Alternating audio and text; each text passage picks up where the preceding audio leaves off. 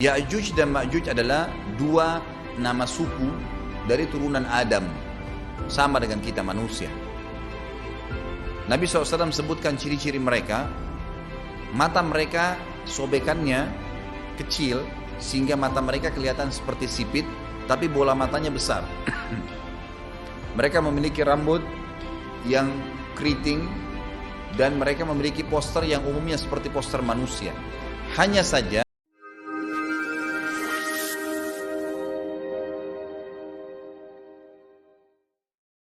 ini memang menjadi fitnah, tanda-tanda hari kiamat. Mereka tidak berbaur dengan manusia yang lain. Salah seorang di antara mereka tahu kalau dia akan mati kalau sudah memiliki anak 1000. Tidak ada pengikutnya dari manusia biasa. Pada saat saya pelajari tentang Ya'juj Ma'juj ini tingkat 3 kuliah, kurang lebih waktu itu tahun 96, 97.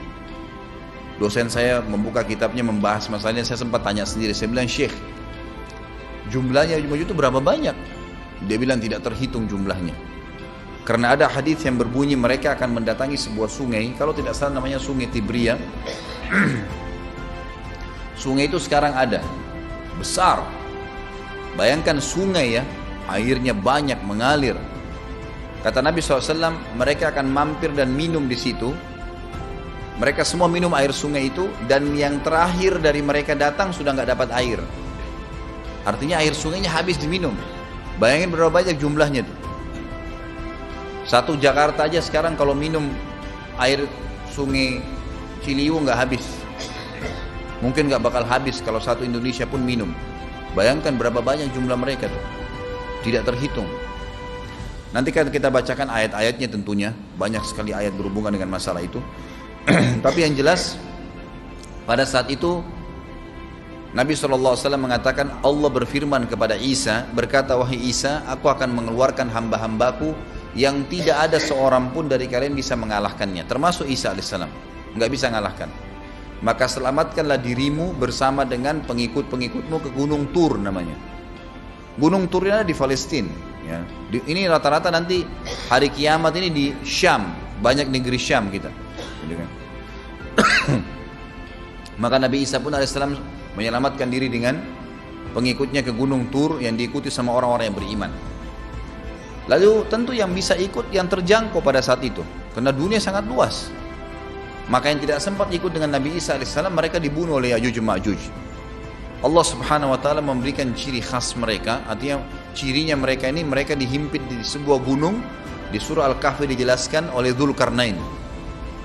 Dzulkarnain khilaf antara ahli sejarah mengatakan dia nabi atau dia orang saleh. Tapi Allahu alam, saya cenderung dengan pendapat yang mengatakan dia adalah seorang nabi. Karena Allah SWT angkat ceritanya dalam Al-Quran. Dan Allah berikan dia banyak mukjizat. Di antaranya mukjizatnya adalah menahan Ya'juj Ma'juj waktu itu ingin membuat kerusakan di zamannya dia dulu. Jadi memang Ya'juj Ma'juj ini ciri khasnya, kata Nabi SAW, mereka memakan apa saja. Batu, kalau hewan-hewan itu kalah jengking sama ular, binatang-binatang buas, harimau, mereka makan semua. Jadi bukan seperti manusia normalnya. Mereka membunuh semua yang bukan seperti mereka. Mereka buat kerusakan. Sampai-sampai kata Nabi SAW tidak ada yang bisa mengalahkan mereka, dan jumlah mereka sangat banyak. Salah seorang di antara mereka tahu dia akan mati kalau sudah punya 1000 anak. Dan tidak menikah dengan umumnya orang. 2 suku ini saja. Kata Nabi SAW dalam hadis Bukhari, kecelakaanlah bagi orang-orang yang ada di Jazirah Arab. Kemungkinan besar makna ini adalah tempat mereka dekat dengan Jazirah Arab. Sebagian, ada satu syekh dari Mesir, sekarang ada bukunya sama saya dan sudah terjemahan bahasa Indonesia, judulnya Ya'juj Ma'juj. Kalau Bapak Ibu mau beli bisa, ada judulnya Ya'juj Ma'juj, tapi saya lupa penerbitnya apa. Itu agak tebal, harganya mungkin sekitar 85.000 atau 100.000-an lah maksimal. Itu khusus, dan beliau adakan penelitian, saya baca dan memang sangat konkret dan ilmiah. Beliau mendatangkan fakta kalau tempat Ya'juj Ma'juj yang disebutkan dalam Al-Quran itu ada di Cina, tembok Cina. Jadi seperti yang disebutkan dalam Al-Quran, 2 gunung yang disatukan, di antara celah gunung itu ditaruh tembaga-tembaga. Pernah pemerintah Cina mendapatkan ada celah dari tembok Cina itu yang bolong, waktu mereka mau tempel bolongan itu dengan batu tanah yang mereka biasa taruh sekarang, ternyata di dalam itu ada tembaga yang mengeras, dan seperti disebutkan dalam Al-Quran, di mana ya Zulkarnain mempertemukan antara besi-besi yang ditumpuk lalu dipanasi, dibakar sehingga menjadi meleleh, kemudian disirami lagi dengan timah yang meleleh juga dan dibiarkan kering sehingga menjadi tembok besi. Kata Nabi SAW, kecelakaan bagi orang-orang Jazirah Arab karena telah terbuka dari lubangnya Yajuj Majuj sebesar ini. Udah kasih isyarat dengan jari ibu jari sama jari tengahnya. Artinya mereka sudah bisa melihat keluar. Tetapi kata Nabi SAW, setiap hari mereka terus menggali gunung itu, berusaha untuk keluar. Pada saat mereka tiba di malam hari, mereka capek, mereka mengatakan besok kita lanjutin. Mereka bangun besok pagi, gunungnya kembali utuh lagi.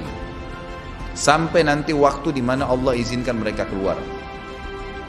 Pada saat mereka keluar, maka mereka akan mulai membuat kerusakan. Ada di halaman 82 ya. Al-Anbiya 96 sampai 97 ayatnya. Ingatlah hingga apabila dibukakan tembok Ya'juj Ma'juj, bolong, jebol, dan mereka turun dengan cepat dari gunung-gunung itu, dari seluruh tempat yang tinggi. Kita tahu itu jaraknya berapa ratus kilometer, bahkan mungkin ribuan kalau nggak salah. Semuanya itu akan dipenuhi Ya'juj Ma'juj, dan telah dekatlah, kalau sudah terjadi itu, kedatangan janji yang benar, maksudnya hari kebangkitan. Maka tiba-tiba terbelalaklah mata orang-orang kafir. Mereka berkata, aduhai celaka kami, sesungguhnya kami dalam kelalaian tentang ini, bahkan kami adalah orang-orang yang zalim. Kenapa? Karena Ya'juj Ma'juj tidak lihat apakah kafir atau beriman. Mereka tidak butuh, bukan seperti Dajjal ya. Dajjal butuh jadi pengikutnya, oke, aman. Ini enggak, siapa saja ditemuin dibunuh. Dia nggak pandang, nggak mau tanya kamu dari suku mana, kamu agama apa, tidak dipandang. Orang-orang Muslim pada saat itu, yang ikut dengan Nabi Isa AS berhasil selamat. Walaupun pada saat itu di muka bumi umumnya orang sudah beriman. Yang dimaksud di sini orang-orang kafir adalah adanya orang-orang yang masuk Islam karena terpaksa, karena mereka tidak terlalu paham pada saat itu. Lalu mereka menganggap remeh informasi dari Nabi Isa AS. Maka mereka terbelalak matanya karena dibunuh oleh Ya'juj Ma'juj. Kata Nabi SAW di dalam hadis sahih riwayat Imam Bukhari, bahwasanya Ya'juj Ma'juj akan membunuh siapapun yang mereka temui. Bahkan pada saat mereka sudah merasa menguasai bumi, mereka melepaskan anak-anak panah mereka ke langit. Lalu Allah menurunkan anak-anak panah mereka sebagai fitnah, dipenuhi dengan darah. Maka mereka berkata, kami telah membunuh semua yang ada di bumi dan semua yang ada di langit. Maka sebagai penutup dalam bahasan itu, kata Nabi SAW, Allah lalu mengizinkan Isa untuk berdoa kepada Allah agar memusnahkan mereka. Maka Isa AS pun akhirnya berdoa, meminta kepada Allah Subhanahu Wa Taala agar mereka semua dimusnahkan. Maka pada saat itu pun Allah Subhanahu Wa Taala menurunkan kepada mereka hama. Sebagian hadis menyebutkan serangga kecil seperti cacing, banyak sekali yang menimpa tubuh-tubuh mereka. Setiap orang satu, dan itu membuat mereka mati. Dan mereka mati seketika semuanya. Jadi secara bersamaan semuanya meninggal. Allahu a'lam waktu itu berapa ratus juta jumlah orang Ya'juj Ma'juj pada saat itu, tapi semuanya akan mati. Dan seluruh muka bumi dipenuhi dengan jasad mereka. Setelah itu Nabi Isa AS pun berdoa kepada Allah Subhanahu Wa Taala agar menghilangkan jasad-jasad mereka yang baunya sudah luar biasa waktu saat itu disebutkan dalam hadis. Maka Allah Subhanahu Wa Taala mengabulkan dan mengutus dari arah barat burung-burung yang lehernya panjang dan pelatuk mulutnya besar, yang memegang setiap jasad Ya'juj Ma'juj, diambil, diangkat, setiap orang satu burung. Bayangkan berapa banyak miliaran burung pada saat itu. Kita nggak tahu bagaimana, Allahu a'lam, tapi ini wahyu, penyampaian informasi yang pasti. Diambil, kemudian jasad-jasad mereka dilempar ke lautan. Lalu Allah Subhanahu Wa Taala turunkan hujan. Pada saat turun hujan, maka hujan tersebut membersihkan semua bekas-bekas mereka, kotoran mereka, darahnya segala bersih. Maka bumi kembali subur lagi.